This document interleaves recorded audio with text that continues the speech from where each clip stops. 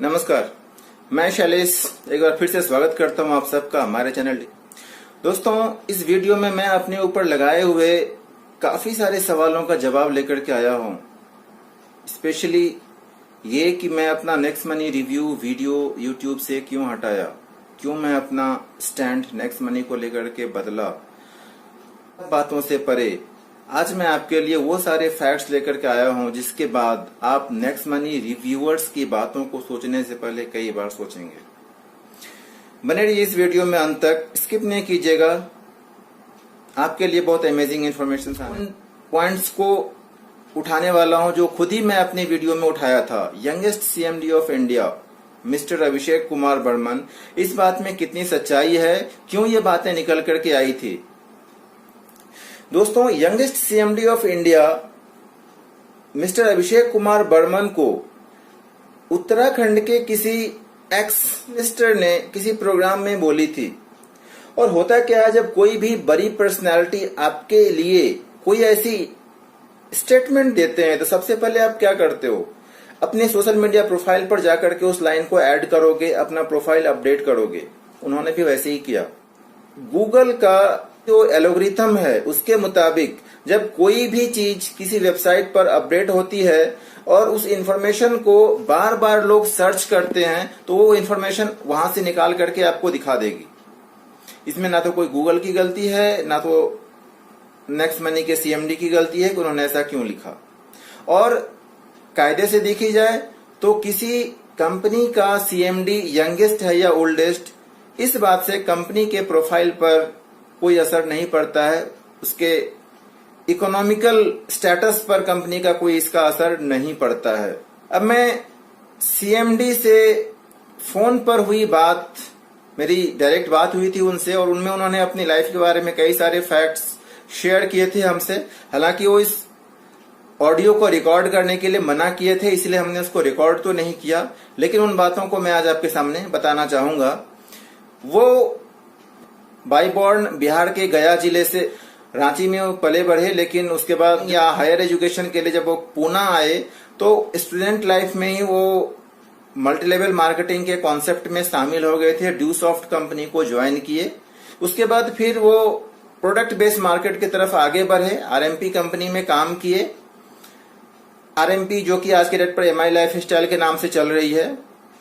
लेकिन कहीं न कहीं प्रोडक्ट बेस्ड कंपनियों के लिमिटेशंस को देखते हुए फिर वो एमएलएम इंडस्ट्री से आउट हो गए।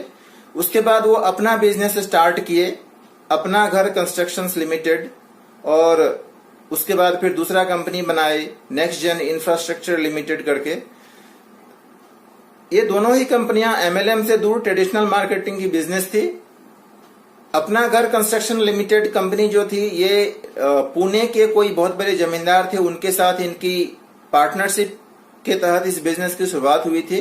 उनका कहना था कि ये हमारा जमीन है, आप इस पर फ्लैट्स वगैरह बना करके बेचो। हालांकि बाद में वो कई सारे भाई थे जो जमीन के मालिक थे, उनमें कई भाई शामिल थे, तो उनका जमीन का बंटवारा आपस में ठीक से हो नहीं पाया, जिसकी वजह से ये काम आगे बढ़ा नहीं। तो ये सोचे कि चलो ठीक है, इसी कॉन्सेप्ट को लेकर के हम नई कंपनी बनाते हैं जो कि और किसी और के जमीन पर हम फ्लैट बना करके बेचेंगे, जो नेक्स्ट जेन इंफ्रास्ट्रक्चर लिमिटेड के नाम से फिर कंपनी स्टार्ट हुई। लेकिन इनके पास इंफ्रास्ट्रक्चर फील्ड में उतना बढ़िया नॉलेज नहीं था, काम करने का एक्सपीरियंस नहीं था, जिसके कारण से वो कंपनी भी चल नहीं पाई। और फाइनली इन दोनों कंपनियों को गवर्नमेंट ऑफ इंडिया के रूल्स के मुताबिक स्ट्राइक ऑफ कर दिया गया। यहाँ भी बहुत बड़ी बात है, स्ट्राइक ऑफ होना और कंपनी का बंद होना, दोनों में बहुत अंतर है। Strike off is like something कि आप किसी बैंक में जाकर के अकाउंट खुलवाते हैं और फिर अगर आपको लगता है कि नहीं मेरे पास ऑलरेडी 3-4 अकाउंट हैं तो मैं इस अकाउंट को ज्यादा दिन नहीं चलाऊंगा, और फिर कुछ दिन के बाद आप उसको बंद कराने के लिए जाते हो तो कंपनी अपना सारा हिसाब किताब निकालेगी वो बैंक, और अगर आपके ऊपर कोई ड्यू है तो आप उसको क्लियर करके आप उसको बंद करा सकते हो। तो ये बंद कराने का प्रोसेस होता है। ठीक उसी तरीके से अगर आप कोई कंपनी स्टार्ट करते हो और आपको लगता है कि हाँ ये कंपनी मुझे बंद करनी है, तो गवर्नमेंट ऑफ इंडिया के रूल्स के मुताबिक जो भी उनके ऑडिटिंग के क्राइटेरिया है उसको मीट करते हुए आप कंपनी को बंद करा सकते हो, and that is called strike off. Strike off मतलब यह है कि आपने कंपनी रूल्स के मुताबिक एक भी पैसे का कंपनी से फ्रॉड नहीं किया है और कंपनी को बंद कर दिया। तो इसमें कोई बड़ी बात नहीं है। अगर हम 4 कंपनी चला रहे हैं और हमें लग रहा है कि नहीं ये कंपनी हमें नुकसान दे रही है तो मैं एक कंपनी को बंद कर सकता हूं, एंड इट हैपेंस, ये कोई बड़ी बात नहीं है। नेक्स्ट मनी के रिव्यूअर्स अपने यूट्यूब वीडियो में यूज करते हैं कि नेक्स्ट मनी में इन्वेस्टमेंट करना चाहिए या कि नहीं करना चाहिए। तो दोस्तों मैं सबसे पहले आपको बता दूं कि आप जैसे जो भोले भाले व्यूअर्स हैं, आप लोगों को यूट्यूबर्स बहुत आसानी से बेवकूफ बना देते हैं, इसलिए कि उनको सिर्फ एक व्यूअर्स चाहिए, उनको आपके हित से कोई मतलब नहीं होता है, उनको सिर्फ एक व्यू चाहिए, अपने वीडियो पर ट्रैफिक चाहिए, या अगर वो अपना कोई ब्लॉग या वेबसाइट चलाते हैं तो उस पर उनको एक ट्रैफिक चाहिए, एंड दैट्स वाई कि वो एक ऐसा टॉपिक सेलेक्ट करते हैं जो कि हमेशा ट्रेंडिंग में हो, बना रहे, ट्रेंड करता रहे टॉपिक। उसी टॉपिक को लोग मैक्सिमम सर्च करेंगे आकर के यूट्यूब पर, तो जब सर्च करेंगे तो उनका वीडियोस निकल के आएगा और फिर उसको लोग देखेंगे, उनको ट्रैफिक मिलेगा। आपके देखने से कुछ पैसा उनको जरूर मिल जाएगा, लेकिन अगर आप उनके ओपिनियन को देखते हुए गलत इन्फ्लुएंस हो जाते हैं तो उससे आपका नुकसान, खुद का नुकसान होगा, उनका कोई नुकसान नहीं होता है। मैं आपको बता दूं, नेक्स्ट मनी कोई भी इन्वेस्टमेंट प्लान नहीं है। इन्वेस्टमेंट प्लान वो होता है कि आप एक बार पैसा लगा देते हो और उसके बाद आपके पास डेली या वीकली या मंथली बेसिस पर कुछ ना कुछ पैसा आता रहता है, दैट इज कॉल्ड इन्वेस्टमेंट। ये 1770 रुपया दे करके आप कंपनी से एक प्राइम मेंबरशिप परचेज करते हो, जिसके अगेंस्ट कंपनी लाइफ टाइम आपको कुछ प्राइम फीचर्स अपने वेबसाइट पर देती है, अपने एप्लीकेशन पर देती है। लेकिन अगर आप काम नहीं करोगे प्लान के मुताबिक तो आपको एक भी पैसा एक्स्ट्रा नहीं देगी। So this is not an investment plan. तो ये तो अपने दिमाग से निकाल दो कि एक इन्वेस्टमेंट है जो कि मुझे करना चाहिए, नहीं करना चाहिए। अगर आपको एक्स्ट्रा फीचर्स लेने हैं तो भी आप पैसे लगाओ, अगर नहीं लेना है तो आपकी मर्जी है। कुछ लोग ये भी कह रहे हैं कि ये जो प्राइम फीचर वाली बात है या प्राइम मेंबरशिप है, तो जो फ्लिपकार्ट है, अमेजोन है, वो अपने कुछ यूनिक फीचर्स के लिए आपसे प्राइम मेंबरशिप लेते हैं, लेकिन नेक्स्ट मनी आपको ऐसा कुछ भी नहीं देती है, ये सिर्फ आपको बेवकूफ बनाती है। तो दोस्तों मैं आपको कहना चाहूंगा कि अमेजोन या फ्लिपकार्ट जो भी अपना प्राइम मेंबरशिप लेती है, अमेजोन आपको अमेजोन प्राइम के रूप में कुछ वीडियो स्ट्रीमिंग देती है, जो कि आप वीडियो देख के इंटरटेनमेंट करके अपना पैसा देते हो वहां पे इंटरटेनमेंट के लिए। फ्लिपकार्ट क्या करती है, आपको थोड़ा सा सेल में अर्ली एक्सेस देती है, फ्री ऑफ कॉस्ट डिलीवरी देती है, इसके अलावा कोई एक्स्ट्रा बेनिफिट नहीं देती है। लेकिन अगर नेक्स्ट मनी की बात करें तो नेक्स्ट मनी आपको जो अपना कैशबैक देती है, लगभग एक रिचार्ज पर आपको 3% की जो बचत देती है, ये तो आपको लाइफ टाइम देगी ही देगी, आप चाहे किसी को रेफर करो या ना करो। जो आपको इनिशियल 1550 रिवॉर्ड पॉइंट मिलते हैं प्राइम मेंबरशिप लेने के बाद, अगर सिर्फ आप इन रिवॉर्ड्स पॉइंट को यूज करते हो तो इसके 2 गुना का आपको कैशबैक पहुंच जाता है आपके पास। अगर 1550 रिवॉर्ड पॉइंट जब तक आप यूज करोगे तो सिर्फ मोबाइल और डीटीएच रिचार्ज करके, तब तक आपके पास 3100 रुपए का कैशबैक पहुंच चुका होता है। कोई एक्सपायरी डेट नहीं है, आप चाहे कितने भी दिन में कर लो। तो यहाँ पर कहीं से भी मुझे नहीं लगता है कि कोई यहाँ के फंस सकता है या स्टक हो जाएगा, नथिंग लाइक दैट। एक और जो पॉइंट यहाँ पे निकल के आ रही है, अफिलिएट मार्केटिंग, कि ये बहुत सारे यूट्यूबर बता रहे हैं, जो मनी सॉल्यूशन वाले हैं, आपके विक्रम शर्मा जी हैं और एक कनेक्ट इंस्टीट्यूट में आते हैं, वो भी यही कहते हैं कि ये जो अफिलिएट मार्केटिंग का कॉन्सेप्ट है ये बहुत इजी कॉन्सेप्ट है, ये इसमें कुछ भी इनोवेटिव टाइप से नहीं है। तो मुझे लगता है और मुझे ऐसे लोगों पर तरस भी आती है कि जो नेक्स्ट मनी कॉन्सेप्ट को अफिलिएट मार्केटिंग का कॉन्सेप्ट कर रहे हैं, क्योंकि इसमें अफिलिएट बस एक सपोर्टिंग फीचर के रूप में लगा हुआ है, लेकिन मेन जो इनका बिजनेस कॉन्सेप्ट है वो सर्विस सेक्टर बेस्ड इंडस्ट्री है और कहीं से भी इसमें अफिलिएट का कॉन्सेप्ट लेकर के कंपनी स्टार्ट नहीं हुई है। और अफिलिएट की जहां तक की बात है, मैं मानता हूं कि अफिलिएट लिंक कोई भी क्रिएट कर सकता है। अगर आपके पास पैन कार्ड, आधार कार्ड है तो आप अमेजोन या फ्लिपकार्ट के वेबसाइट पर जाकर के अपना अफिलिएट लिंक बना सकते हैं, लेकिन ये काम आसान होते हुए भी इतना भी आसान नहीं है कि कोई भी लेमन जाकर के आप अपना अफिलिएट लिंक बना लो और वहां से अर्निंग स्टार्ट कर दो। अगर ऐसा होता तो इंडिया में 90% लोग अभी तक डिजिटल दुनिया से दूर हैं, वो हर कोई अफिलिएट बना करके कुछ ना कुछ अर्निंग कर रहे होते। मुझे लगता है पूरे इंडिया में शायद 5,000 के आसपास लोग होंगे जो एफिलिएट मार्केटिंग से जुड़े हुए हैं, उससे ज्यादा लोग इससे इन्वॉल्व नहीं हैं। तो मेरे समझ से नेक्स्ट मनी ने वाकई में इनोवेटिव काम किया है कि इस जो चाहे एफिलिएट मार्केटिंग का कॉन्सेप्ट छोटा हो या बड़ा, लेकिन इस कॉन्सेप्ट को ऐड करते हुए, सर्विस सेक्टर को ऐड करते हुए एक नेक्स्ट मनी के रूप में एक कंप्लीट पैकेज इंडिया के एंड यूजर तक पहुंचा रहे हैं, जिसको कि कोई टेक्निकल नॉलेज या टेक्निकल डिग्री की जरूरत नहीं है। सिर्फ एक अपना मोबाइल नंबर डालेंगे, ईमेल आईडी डालेंगे और एक आईडी क्रिएट करके अपना सारे सर्विसेज के बेनिफिट यहां से लेते हैं। And I think it's really an innovative concept. अगर आप एफिलिएट लिंक बना भी लेते हैं अमेजोन या फ्लिपकार्ट पर, तो आप खुद उस लिंक को यूज करते हुए शॉपिंग नहीं कर सकते हैं। उनके रूल्स इतने स्ट्रिक्ट होते हैं कि अगर उनका एल्गोरिथम इस चीज को डिसाइड कर ले कि आपने अपना लिंक खुद यूज किया है या किसी से करवाया है इंटेंशनली, तो आपको एक भी पैसा नहीं देगा। पैसा देने की तो छोड़ो, अकाउंट लाइफ टाइम के लिए ब्लॉक कर देगा और कभी भी ओपन नहीं करेगा आपके नाम से। लेकिन अगर मैं नेक्स्ट मनी की बात करूं तो नेक्स्ट मनी अमेजोन का एफिलिएट पार्टनर है और फ्लिपकार्ट का भी है, जो मेजर 2 साइट हैं। बाकी और भी कई सारे साइट्स हैं जो कि इनके वेबसाइट पर लिस्टेड हैं, इनके ऐप पर लिस्टेड हैं। अगर मैं स्पेशली फ्लिपकार्ट की बात करूं, जो कि मुझे सीएमडी साहब से पता चली है, तो जब आपको अभी रिसेंटली अगर आप न्यूज में होंगे तो पता चला होगा कि अभी 2 साल पहले फ्लिपकार्ट कंपनी को वॉलमार्ट ने एक बड़े इन्वेस्टमेंट के तहत खरीद लिया है, एक तरीके से बिक चुकी है। पहले ये सचिन बंसल की कंपनी हुआ करती थी फ्लिपकार्ट, लेकिन आज के डेट पर ये जो इसका पूरा का पूरा मैनेजमेंट है वो वॉलमार्ट के हाथों में है और वॉलमार्ट अमेरिका की कंपनी है। जब से ये वॉलमार्ट के हाथों में गई है तब से इन्होंने अपना एफिलिएट पार्टनर्स का जो मंथली बिलिंग लिमिट है वो 1 लाख रुपया कर दिया था। लेकिन इस दौरान भी नेक्स्ट मनी के जो यूजर्स फ्लिपकार्ट से प्रोडक्ट्स खरीदे हैं वो अपने प्लान के मुताबिक 2% का कैशबैक उनको दे रहे हैं।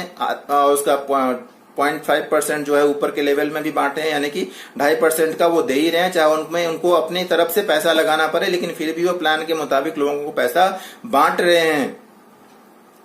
दूसरी बात, फ्लिपकार्ट इनके ट्रांजैक्शन हिस्ट्री को देखते हुए अब वो जो मंथली लिमिट है वो 1 लाख को बढ़ा करके 3 लाख कर दिया है। तो इससे इनकी क्रेडिबिलिटी पता चलती है कि कितने कॉन्सिस्टेंट ये हैं कि फ्लिपकार्ट और वॉलमार्ट जैसी कंपनी भी इनके कंसिस्टेंसी के आगे घुटना टेक देता है और अपनी लिमिट को बढ़ा देती है। अब कुछ लोग कहते हैं कि नेक्स्ट मनी जैसा जो बिजनेस है ये आप महज 50,000 से 1 लाख में स्टार्ट कर सकते हो, चाहे तो आप भी स्टार्ट कर लो। मैं मानता हूं अगर नेक्स्ट मनी जैसा एप्लीकेशन आपको डिजाइन करना हो 40-50 हजार रुपया में डिजाइन हो जाएगा। कंपनी रजिस्ट्रेशन की बात हो 15 से 20 हजार में कंपनी बन जाएगी, जीएसटी मिल जाएगी, सारा कुछ हो जाएगा। 20-30 हजार रुपया लगा करके आप एमएलएम का सॉफ्टवेयर भी ले लोगे और 1 लाख में कंपनी स्टार्ट हो जाएगी। But starting the company is not an big issue, कोई भी कर सकता है, लेकिन कंपनी को विपरीत परिस्थितियों में भी अपने कंसिस्टेंट तरीके से चलाना और एक ग्रोथ हिस्ट्री रखते हुए चलाना, दोनों में अंतर है। इतना ही आसान होता तो इंडिया में हर कोई एक स्टार्टअप लेके आ जाता। इतना आसान नहीं है, ये सिर्फ कहने की बातें हैं, जब करने जाओ तो पता चलता है। ये बात मैं खुद के एक्सपीरियंस से कहता हूं। आज जब मैं खुद अपनी कंपनी रजिस्टर करने के लिए जा रहा हूं या चल रही है हमारी प्रोसेसिंग, तब हमें पता चल रहा है कि कितनी सारी फॉर्मेलिटीज इसमें शामिल हैं जो कि हमें कंपनी स्टार्टिंग के वक्त देखने होती हैं। और फिर उसके बाद भी गवर्नमेंट ऑफ इंडिया के रूल्स हैं अलग अलग चीजों के, वो सारे चीजें फॉलो करनी होती है।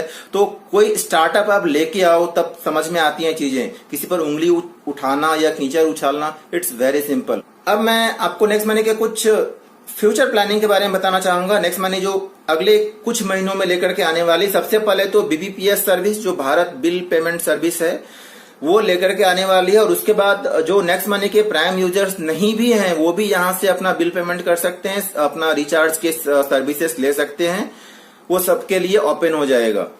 कंपनी बहुत जल्दी अपना यूपीआई सिस्टम लेकर के आने वाली है। यूपीआई सिस्टम मतलब यह है कि आप जैसे आप पेटीएम या गूगल पे को यूज करते हुए अपने एक बैंक से पैसा दूसरे बैंक को ट्रांसफर कर देते हैं, या किसी पेटीएम का अगर स्कैनर लगा हुआ है या जीपे का स्कैनर लगा हुआ है तो आप किसी भी फोन पे से यूज कर लो या भीम ऐप से यूज कर लो।